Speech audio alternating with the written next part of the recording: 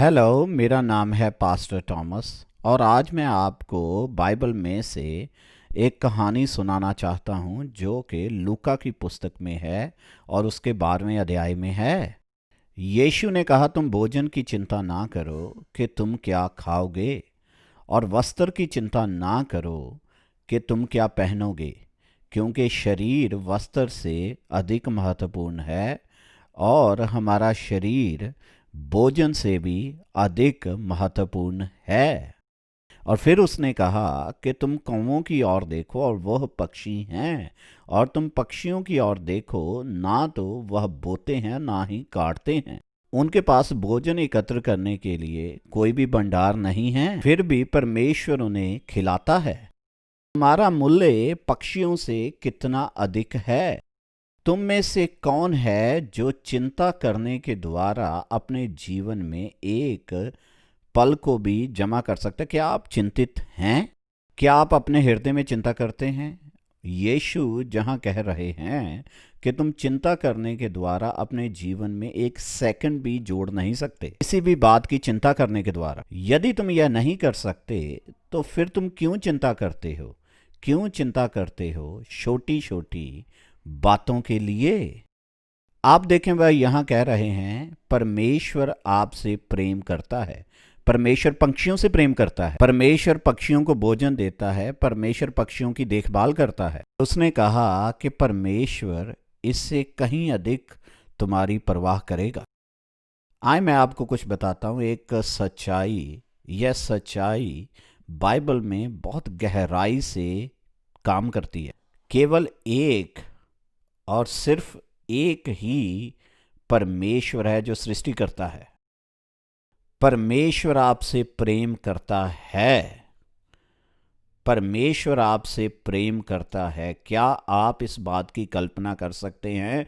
वह परमेश्वर जिसने चांद को बनाया, तारों को बनाया, सृष्टि को बनाया, वह आपका नाम जानता है। वह आपके सर के बालों की संख्या भी जानता है और वह आपसे प्रेम करता है। वह आपसे पक्षियों से अधिक प्रेम करता है। और उसने अपने प्रेम को प्रकट किया। कैसे? क्योंकि वह मनुष्य बन गया और यीशु वही है और वह कुंवारी मरियम से पैदा हुआ। वह इस पृथ्वी पर रहा और उसने हमें सिखाया कैसे प्रेम करना है। उसने अंधों को आंखें दी, लंगड़ों को चलाया, और उसने बहरों को सुनने लगा दिया, और उसने मुर्दों को भी जिलाया। परंतु अंत में जब वह मरा, वह क्रूस के ऊपर मर गया। और वह क्यों मरा? क्योंकि हम में से प्रत्येक जन ने परमेश्वर की आज्ञा का उल्लंघन किया, और हम में से कोई भी ऐसा नहीं था जो सिद्ध था। और एक ही कीमत है जिसे परमेश्वर स्वीकार करता है, और जो कि पाप की कीमत है। यह धर्म नहीं है और यह अच्छे काम नहीं है, यह लहू के द्वारा मृत्यु है। इसी कारण मसीह इस संसार में आया, वह हमारे बीच में रहा, और वह पाप रहित था और वह क्रूस के ऊपर मर गया। उसने अपना खून बहा दिया और वह एक भयंकर मृत्यु को उसने सह लिया, ताकि आपके स्थान पर वह आपकी कीमत दे सके। इसे प्रेम कहते हैं। और यह होता है पक्षियों से अधिक आपकी परवाह करना। और वह मर गया और वह मुर्दों में से जी उठा, और वह आज भी इस क्षण भी जीवित है, और वह आपके हृदय में आना चाहता है, और इसी क्षण वह आपके हृदय में खटखटा रहा है। और वह कभी आपको मजबूर नहीं करेगा कि आप द्वार खोलें। आपको अपनी इच्छा से खोलना होगा। जब आप उसे स्वीकार करेंगे, वह अपने आत्मा के द्वारा आपके हृदय में आएगा, आपके पाप क्षमा करेगा, आपका जीवन की पुस्तक में नाम लिख देगा। उसी के द्वारा आप परमेश्वर की संतान बनाए जाएंगे। परमेश्वर आपसे प्रेम करता है, और इसी क्षण विश्वास के द्वारा आप प्रार्थना कर सकते हैं, और प्रार्थना के द्वारा आप उसे अपने जीवन में बुला सकते हैं कि वह आपका प्रभु, आपका स्वामी और मुक्तिदाता बन जाए। वह आपको बचाएगा, आपके पाप क्षमा करेगा। आए प्रार्थना करें। कहें, प्रभु यीशु, मैं आप पर विश्वास करता हूं, और इसी क्षण में अपना जीवन आपको देता हूं। मुझे परमेश्वर की संतान बनाएं। मुझे मेरे पापों से क्षमा करें,